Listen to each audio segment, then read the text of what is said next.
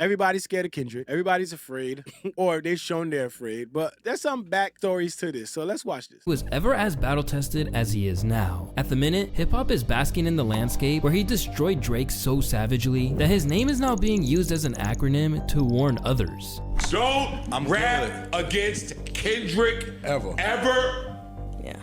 You didn't sit home with the fucking BlackBerry or the bum composition book and write acronyms for your own fucking name. But while Drake's defeat at K-Dot's hands has proven exactly why so few have gone at Kendrick over the years, what is it that makes his reputation so fierce in the first place? Well, there's actually a variety of factors that made it clear to the whole world that Kendrick wasn't a man to trifle with. My name is Luesta, and this is why rappers are scared of Kendrick Lamar. There's a lot of angles to tackle why Kendrick has such a reputation for being one of the MCs that you just don't attempt to rhyme. I tell you what's one of them, because you don't say nothing. Let's start there. He don't say nothing. I think there is such a fucking power in that says the least. You got the shit talker who talk tough all damn day long, and in the minute he get punched in his face, quiet as shit. Kendrick don't say nothing, bruh. Half the time Kendrick has come out and said anything, responding to anybody, he allowed you to go ahead and get a few licks in, and he gave you opportunities to back the fuck out. I'm just saying, bruh, and it's clear. You can see it. I'm not just saying this shit. There's evidence for it. But one of the main reasons is that the reverence that the culture has for him trickles down to the top of the industry. Co-signed by Dr. Dre and passed the torch to the West Coast by Snoop Dogg, The Game, Corrupt, and every other OG you can think of. I'm gonna say this and I'm gonna think this. Nigga, you got the torch, nigga. You better run. Even the legendary Eminem once thought that his pen game couldn't possibly live up to the hype. The thing with M was crazy to me. He kicks everybody out the studio. I took it as him kicking everybody out to see if that's really you writing them raps that you're writing. You get what I'm saying? With Eminem known to be upset at rappers who use ghostwriters, that's a pretty fair assumption. But as Ed Sheeran remembered, he soon found out exactly why K-Dot was given so many props by people that he respected. Eminem, he'd heard that Kendrick Lamar was the best rapper, and he invited him to the studio to get him on a song, and he arrived and Kendrick came with all his mates. And Eminem said, I just want you in the studio, just you on your own. And then my engineer's going to come in and then record you doing it, but your mates aren't allowed in. And then Kendrick did it, wrote a sick verse, and then everyone came in to listen to it. And Eminem said he did it to test Kendrick because he thought he had a ghostwriter. Look, I think it says something for somebody to think that, yo, this thing is so fucking nice. I got to test this thing. Let me kick everybody out the studio because I gotta see if what he be saying is actually him. So let me kick everybody out the studio so I can see if this is actually like that. And this coming from Eminem.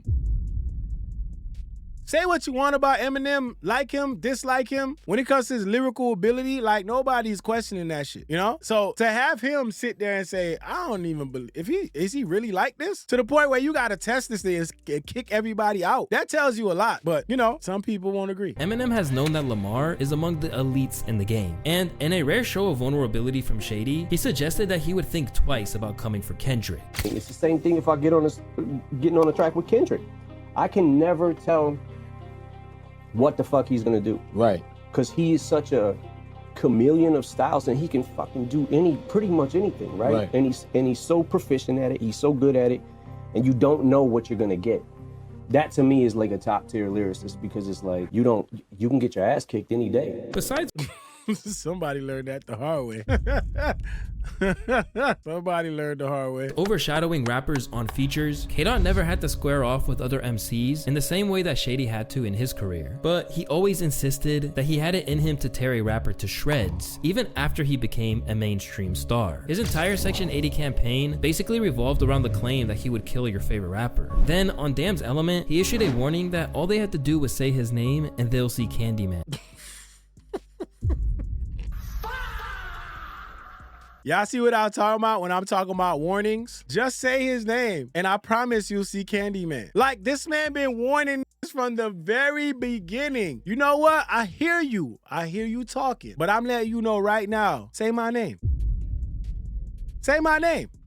You know? It's like people like to learn shit the hard way. Like sometimes you really don't gotta get hit in the face, because you can watch other people that got hit in the face to understand that, okay, that's the consequence of doing shit like that. I remember back, he used to come through and chill when we was in a complex, in the projects, whatever. He used to come through, right? And everybody knew this nigga as like, I ain't gonna say his name, but so dude was like 6 feet. Like I'm talking about 6 feet, like 3. And we was like in damn fucking middle school. And then there was this other dude that was short as fuck. Like, dude comes through and he trying to bully these other kids, right? The short dude is standing there. The big dude grabs a little stick and taps him. The little dude tells him, the little dude got a big ass pipe. Said, touch me again one time, see what happened. I swear, the stick touched this arm like this. That shit wasn't even that crazy. That shit was like, this nigga took the fucking big ass bar and whacked this on the head. This was out for like 2 hours, I promise you. Nigga was like 6'3", out for like 2 hours. Sleep, cold, out cold. And everybody like, oh shit. You got knocked the out, man. Like walking by, he's still on the floor. Don't want to wake up. And it's like, ever since that day, like you find out like, damn, you could around and find out. Like, you want to judge people from the way they look. Say my name. I promise you'll see Candyman. Or go to sleep. Choose one. Then, after winning a Pulitzer Prize, he let his colleagues know what time it was on Rich Spirit, where he told them to stop playing with him before he turns you into a song. Stop playing with me before I turn you to a song. Warnings on warnings, bruh. Stop playing with me before I turn you to a song. Warnings on warnings. They never listen. People been trying to tell them. Long before everything that followed Kendrick's declaration of fuck the big three, it's just Big Me went down, rappers already showed a real reluctance to cross him. In fact, when they let their ego get in the way and spoke out against him, they usually decided to pay homage instead. Because although he had never really been in a battle until Drake thought he could take him on, he already proved how much his presence and the chatter around your career can do with Big Sean. In many ways, Big Sean is pretty much the reason why Kendrick is going at Drake in the first place. By now, we all know about K-Dot's infamous verse on Control, where he hijacked Big Sean's track to let the whole industry know that even though he had love for them, he was trying to murder them and take their fans. At the same time, Big Sean insisted that he didn't even get bodied on the track, even though he opted to leave it off his Hall of Fame album that it was originally intended to be on. But he never really managed to escape its shadow. I put that work in. Like, you're not gonna disrespect me. I hop on any track with anybody, and I will not only stand my own, you gonna know that it's my verse, and you gonna know I'm in it. Except for Control. Kendrick watched you on Control. No, stop it. Sean, come on now. Come on. And how long ago was that? What year is this? That were you right? You got you okay, right. okay. You're right. I'm not mad at his response. I mean, anybody would tell you like, yeah, he did body you, but I'm not mad at his response. I mean, what you want them to do? Say, yeah, I ain't gonna lie, I got bodied. Some people are okay with admitting stuff like that, but I'm not mad at the people that don't. Sometimes you're supposed to be like, nah, I don't think so. But I mean, you are talking about him on a radio station saying that he got bodied on the record, you know? It's kind of like saying what everybody's thinking out loud. You ain't have to say it. You know what I mean? Like, we all know it. It's, you know, what's understood ain't had to be said, you know? And I think that's where the problem goes. But I ain't mad at him for his response. He's supposed to feel like, you know, I didn't get bodied. It is what it is. Right. You're right. And I still don't feel like I got washed anyway. Nah, you got washed on Control. Whatever. Your opinion. See, that's what I'm saying. You can't focus on people's opinions. You know why? Because that's gonna throw you off. Although he never fully accepted that there was beef, Big Sean did attempt to throw subliminal shots at Dot from time to time. For example, on songs like Me, Myself, and I. This is where it gets bad, because it's like, you know when somebody get mad at something, but then they act like they not mad at it, and then now they just be throwing little shots here and there because they still try to do things to make them feel good about it, you know, and feel like they got the upper hand. If I could get away with this subliminal, it's gonna make me feel better about myself. And in No More Interviews, people felt like the Detroit rapper was aiming at Kendrick's rapping style. But as is often the case, Kendrick never even acknowledged that anything was going down. Then, on The Heart Part 4, he let the world know that he heard what was being said, and that if he kept pushing, Big Sean would get what he thought he wanted. My fans can't wait for me to sun your punk ass and crush your whole little shit. I'll big pun your punk ass, you a scared little bitch. While he never got a formal diss track dedicated to him, Big Sean was informed in no uncertain terms that Kendrick would come at his neck whenever he wanted to. Said Big Sean never the same after the Control verse. It wasn't a diss, but he took it so personal, his music was never the same. Damn. Y'all agree? I don't listen to Big Sean like that, but I don't know. Hold on. They said Big Sean cool. Sean got bars. Yeah, Sean, from what I've heard, he can rap, but you know, them saying he was never the same after Control verse. I don't know. GK said I'm from Detroit, and I agree. King Black Power said that nigga track. Damn, King Black Power don't like nobody but Gucci, dog. God damn. Jeez, bro. On Big Sean's career that you can almost divide it between the time before that verse and everything that happened after. And in a move that has really set the tone for how people come out of the other side of squabbling with Kendrick, Big Sean speaks of him with nothing but admiration now, and basically acts as if there was never a problem in the first place. The whole Big Sean Kendrick beef was going on. It was something I wish I would have spoke up about because there was nothing. So then I remember going online and seeing like, oh, is he talking about Kendrick? Because I was talking about people who rap fast. I wasn't beefing with nobody. Insisting that he didn't want any problems, Big Sean still had to acknowledge that the whole thing has haunted him for years. And in every verse I do, people be like, oh, is this a response? Is this a response? And I'm like, it's like, damn, I can't even show no aggression. People think it's a damn response. It got to a point where somehow it was just a weird tension between me and him, even though it was already said it wasn't no beef because people made it that way, right? Although Big Sean probably got the raw end of the deal out of control, there was another man on the track who goes by the name of Jay Electronica. And although he was regarded as one of the world's greatest MCs at the time, he didn't escape unscathed either. Basically, Jay Elect didn't appreciate the fact that people were saying Kendrick beat him on the track. Yo. Oh, God. If there's one way to make a rapper say some shit that he was never gonna say or say some shit out of his body, it's gonna be somebody telling you that you got bodied on the track that you was on. No rapper want to hear that shit. No rapper want to hear he bodied you on his track. Nobody want to hear that shit, man. But, yeah. I don't... Jeez, they said now Jay fighting his fans. In fact, he said that Dot was envious of him. Kendrick would body you. Look, you couldn't pay Kendrick or me. See, and look how you got triggered, bro. You got triggered by a comment right there. Kendrick would body you. You supposed to just ignore that shit, bro. You supposed to ignore that shit, bro. Like, golly, man. You couldn't pay Kendrick $1 million. Kendrick wouldn't tell you. Kendrick could tell you himself he couldn't body me. Kendrick, look, Kendrick is my son. Kendrick is my baby. Kendrick wish he said he could be me. Followed up with his verse on The Curse of Mayweather, where he rapped, he got 11 Grammy nominations, y'all not equal, man fuck these white people, which refers to the amount of Grammys Kendrick won at the time. He followed it up with, my grandmother died at 82 scrubbing floors, and rappers still running around begging for... All right, here go the thing, man. What is the deal with people getting mad at people winning awards? I don't even understand how that becomes a diss. Like, niggas winning an award. Oh, look at you with your award and shit. What the fuck? Like, what is this? Why is this always an angle? I don't understand, bro. Like, that shit is corny as shit, man. Like, damn, man. Trophies, trophy ass. All them trophies, man. Man, look at that nigga with all his trophies and awards. What the hell? Golly, bruh. For awards. Jay Elect looked like he was practically begging for problems. Then, from out of nowhere, he seemed to have a change of heart and was giving Dot his flowers all of a sudden. Lastly, peace to K-Dot and TDE, because regardless to whom... At some point, they all just end up right back here, man. Peace to K-Dot and TDE, brother. The young brother, man. Because regardless of who or what we are, brothers fighting the same energy. We fighting the same energy, brother. We in this together. Head ass. Like, just stand on business, bruh. If you feel like that, say what you say. You don't gotta get on publicly and say this shit if it ain't real. I'm just saying, bruh. They said, as do I. Everybody get their as do I moment. As do I. Because they realize, like, damn, I was tripping. Whom or what? We're brothers fighting the same energy. Forgive my past energy. Although it's unclear what made him switch up like that, Jay, like many rappers we're going to discuss, was another man who folded on Dot when he was put to the test. For the most part, hip-hop's response to Kendrick's name drops on Control not only laid the groundwork for the Drake beef, but it also set the precedent for how rappers would tiptoe around him. At the time, there were tons of responses to Control, but they all seemed like they were carefully towing the line as to not go too far. For example, after feeling angered that Slaughterhouse were left out of the shoutouts, one of the group's members, Joel Ortiz, responded with the vicious track titled Out of Control, where he let Kendrick have it. And then you the king of New York, little homie, you ain't the king of New York. You the next thing on my fork. But later on, he would do an interview with Vibe and say that he was Was that the best line from Joel Ortiz's?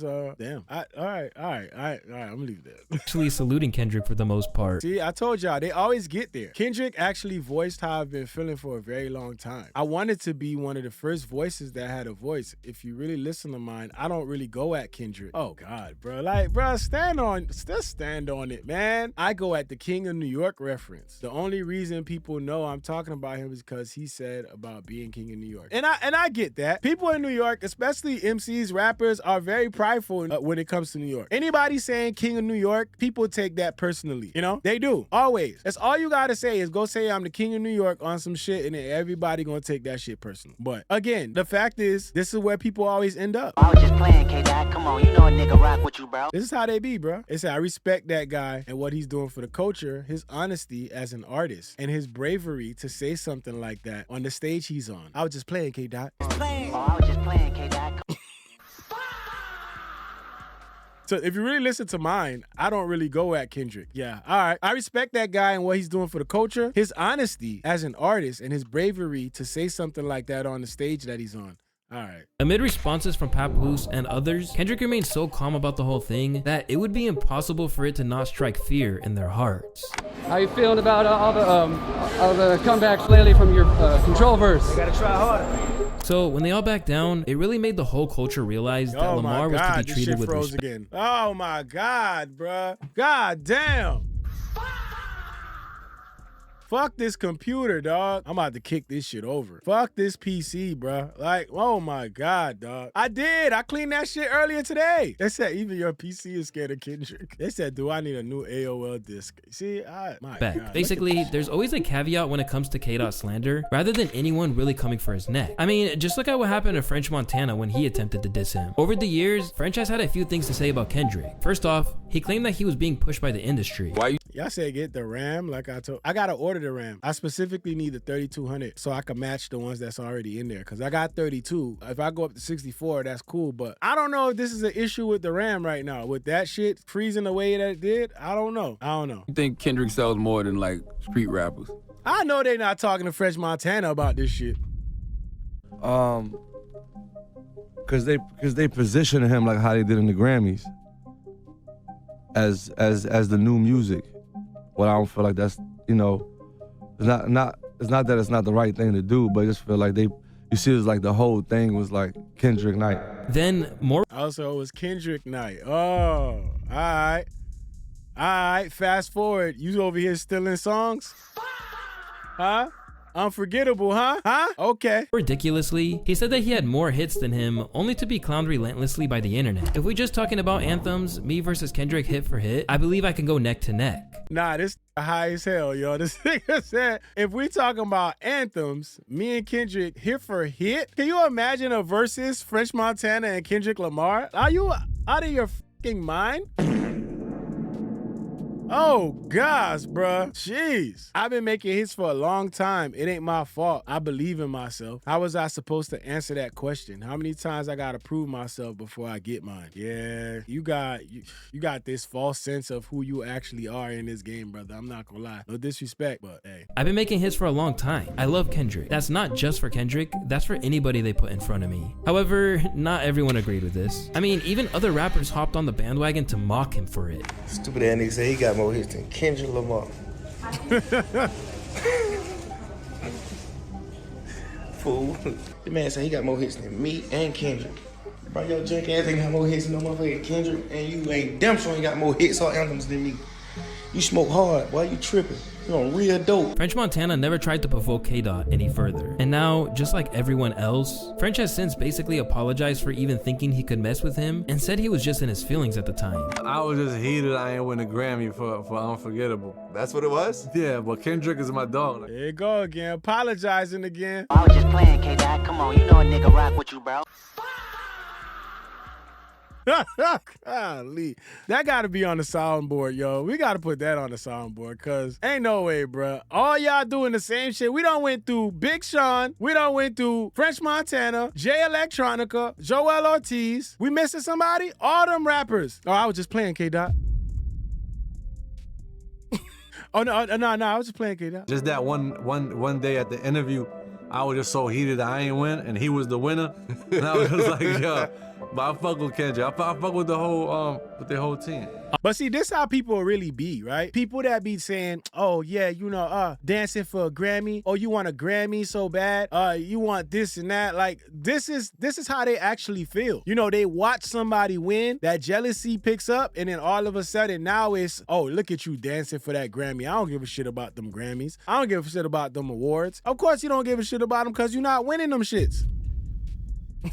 So now because you're not winning them, now it's, man, fuck them awards. Okay. While Cole has been taking all the flack for getting up on that Dreamville Festival stage and saying that his 7-minute drill diss song towards Kendrick didn't sit right with his spirit and would be deleted off streaming services. When I listen to it and when it comes out and I see the talk, that shit don't sit right with my spirit. That shit make me feel, that shit disrupts my fucking peace. History shows that he's not the first person to make his apologies to Kendrick. And maybe fear of being dismantled on a verse wasn't the only reason, as these rappers likely learned before going at his neck. Messing with Kendrick requires you to go up against an army. And while Kendrick might have been a good kid in a mad city, he's got a whole city behind him. And there's something dangerous about Kendrick that not a lot of people speak about. Growing up in Compton, Kendrick was exposed to the gang lifestyle early on, and many of his best friends were active members. Then, after joining TDE, he suddenly found himself in the midst of the Bounty Hunter Bloods and Hoover Crips as he teamed up with fellow label mates ScHoolboy Q and J-Rock, as well as a whole host of other people who were repping sets. Recently, Kendrick's gang ties have come under the microscope again, because if the rumors are true, Cole might have received a tip to back off from the beef that sounds not too dissimilar to what you'd see on the streets from ScHoolboy Q. Reporting from Dreamville Festival, an unnamed source revealed that it was actually ScHoolboy Q who allegedly warned J. Cole. Now, this video is old, right? What, a year old? So some of the things that we might see in here may have had other things that came up, you know, in the midst of it. We all remember this part where, you know, ScHoolboy Q allegedly warned J. Cole to stop beefing with Kendrick because some shit was about to happen. That was a story that was out there. But I think it's interesting what he says after it, because there's something that Top says, which kind of like co-signs it. So it says, I'm not specifying what kind of warning, whether it was a bullying move, a Debo-like maneuver, or just a friendly heads up. I don't think it matters at this point, but based on what Punch said, I think they gave him what he needed to hear to bow out of the battle with as much grace as possible. So listen, whether people want to take it as a warning, or it could have been something as simple as like, bruh, I think you want to back out of this one because this shit gonna get ugly. That could be it. I don't know. But this has been floating around for a while. I don't know if there's like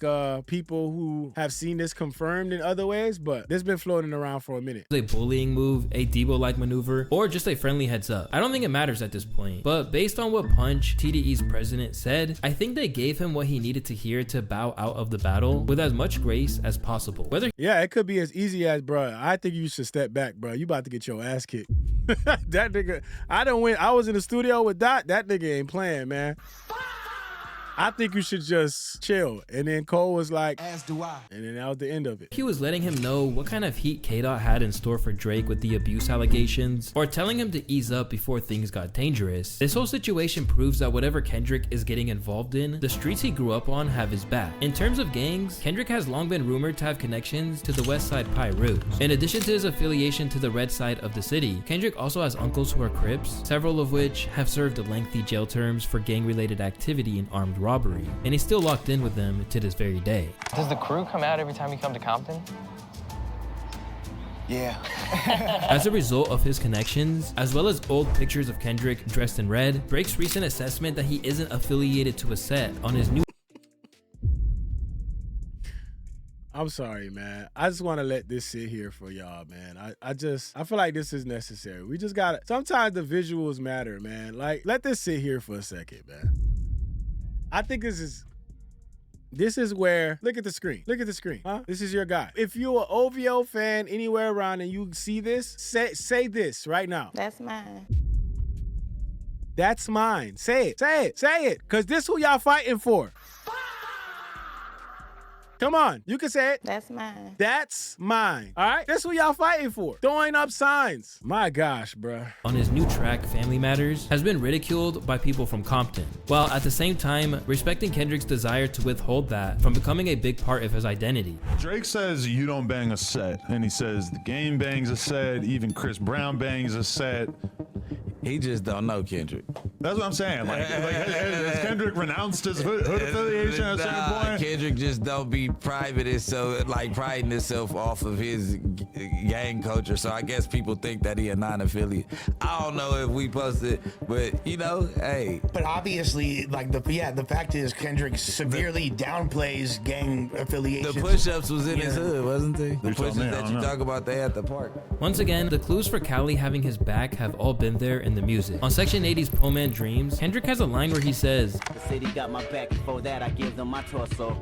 You think about it. Basically, what he's saying here is that he can say things with his chest because he knows that he has the city behind him. And when you look close at those videos of Not Like Us going off in the club, he should definitely feel more confident in that than ever. That shit full of bots, huh? That shit full of bots, ain't it? Them bots out there? God damn, man. Golly, bro. But while this could be taken literally for the whole state of California, that line may contain allusions to his gang ties. In an interview from back in the day, Snoop Dogg went into more detail about this. It's just that he's a nice guy, so we're gonna have a problem with it because he doesn't have a gangster approach. But let me let y'all know, he got 100,000 motherfucking gangsters with him. So y'all better watch what y'all say. You understand what I'm saying? Keep it hip-hop, because that's what he did. He kept it all hip-hop. In spite of the fact that Kendrick hasn't ever definitively said he was a gangbanger, what we do know is that there are times in his life where he moved like one. Back in the day, Dot tried to intimidate AD of the No Jumper podcast and Back on Fig because Kendrick thought he was from a rival neighborhood. Hey, you want to know a crazy thing about Kendrick, bro? My first encounter with him, he thought I was somebody else, bro. He low-key tried to press me. Who? Kendrick Lamar. Who do you think you were? Gorilla He Black? from a different hood. I guess some niggas jumped him back in the day. And I came to the studio and he was mad. He was like, hey, you from Almond Block? And I was like, nah, but he was hot. You banged on him back? Where's Almond Block? No, Almond Block is another hood in Compton. And I was like, nah, I ain't from Almond Block. He thought you were lying. And he was like, you is from Almond Block. I'm like, nah, I ain't from Almond Block, I'm over here. He was like, all right. And then we was cool after that. But he was say, mad oh, though. all right. No, he was mad. Yeah, he was mad. Like if I was from Almond Block, he would have got his get back. So Kendrick out here pressing niggas. If it was Drake, he would have been like, Crody, it's okay, Crody. You know, we grow up and things change. We change, Crody. You know, we're all adults now. We're all adults now, Crody. It's okay. Don't even sweat it. Okay. We don't even have to meet up in Smino's gym and battle it out. Let's just do a song. Don't say a word, brother. From the gang members which regularly appear in his music videos, the musical peers like Mustard, proving that they'll throw away any other relationship to ride for his Cali comrade, Dot's status as king of the West Coast, and everything that entails it, would make anyone think twice before coming. They say you from Forest Hill, Crody, where your mama stay. At him. But while there was speculation that Kendrick wasn't to be taken lightly, it's safe to say that this Drake battle has made that crystal clear. Although OVO stands like Maul or academics may argue otherwise, there's no denying that Kendrick washed Drake. Bearing the music itself, the fact that he overthrew Drake's record for the highest streams for a rap song in a day with a track where he calls him a sex offender, it's just diabolical. Now, fans are waking up to the fact that he just wasn't to be messed with. I knew Kendrick Lamar was a dude that needed to be left alone when that video of him doing burpees in a parking lot while listening to oldies dropped. Something is clearly wrong with him. Look at this fucking psychopath. His willingness to take a rapper out aside, what's happening to Drizzy these days further explains to why he wasn't challenged before now. Because while people have been throwing jabs at Drake for years, it doesn't matter if they don't hit the general public. But with Kendrick, you have a rare mix of someone who isn't just obscenely skilled, but also has the platform to slander you and reach huge audiences. It's the fear of embarrassment. He's a better rapper than almost everyone in the industry skill-wise. He can do both mainstream and underground style music when most artists just choose one and never change. Because he can immortalize you in a negative light in the form of a classic hit. If you needed proof that this is a real thing, just look at this school teacher's comments about the change in tone around Drake in the wake of Not Like Us dropping. I, up until today, taught at a very Drake-centric high school. Rich Baby Daddy is the most frequently requested song to put on my class playlist. That is a very sad reality. If I ask students what they're listening to in their headphones, Drake. The week after the leak was a nightmare. But today I walk in and I can feel that there has been a tectonic shift. Oh my God. This is a Kendrick school now. I polled my classes on what they thought and they were ready to throw down for Kendrick. I had like one Drake defender in each class, if that. And honestly, I feel bad for those kids because they were getting screamed at. As people move to the sides, he has even hit Drake in his pockets. That's why this doing, bro. That's why he's suing, bro. Nobody has been hurt like this in the history of hip hop. This nigga got hurt on all fronts. That's why he's suing. They said not shown in each class. There's one shown in each class. To Billboard, from May 3rd to May 6th, Lamar's discography earned around 50 million streams, up 49% from the previous Friday to Monday tracking period. Meanwhile, Drake's overall catalog is actually down when you similarly compare his streams from that weekend to last weekend, and remove his 2 streaming available response tracks, Push-Ups, and Family Matters. Although Kendrick won't overtake Drake's streaming numbers as a whole, what is clear is that Kendrick's versatility has proven to be a weapon, and as Eminem suggested earlier, one of the reasons why it's not advisable to test him. If you go through all these records, from Like That to Euphoria to 616 in LA to Meet the Grams to Not Like Us, none of those records sound the same at all. It's the widest range I've ever seen in the amount of time in any diss battle ever. When it comes to the rapping and the music, fuck all like the timeline or what's true and what's not true, who's rapping and who is putting out the better records.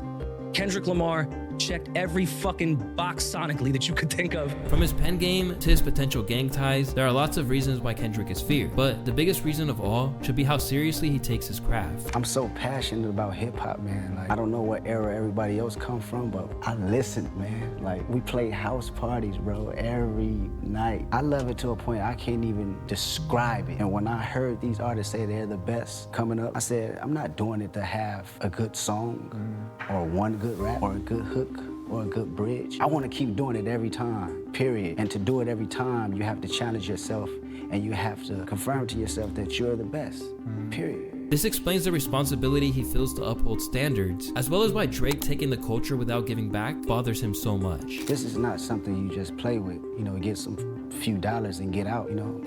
People live their lives to this music. It's my partners in the hood right now. They listen to rap every day because it's the only thing that can relate to their stories and their tribulations. You have to take in consideration what you write down on that paper. And if you're not doing it to say the most impactful, you're doing it to be the best you can be for the listener, what are we doing here? Always one to keep his sword sharp, Kendrick would never allow himself to lose with that kind of mindset. In a genre where other rappers lose their hunger over time, K-Dot has always stayed as determined to prove himself as when Overly Dedicated drops. At the same time, never bothering anyone unless he feels provoked. To explain why Kendrick is among the most feared rappers of any era, we need to borrow a phrase that dates back to Roman times. If you want peace, prepare for war. Whether you may realize it or not, Kendrick stays ready. And after destroying Drake, he's probably bought himself a whole lot of that coveted peaceful life for decades to come. Unless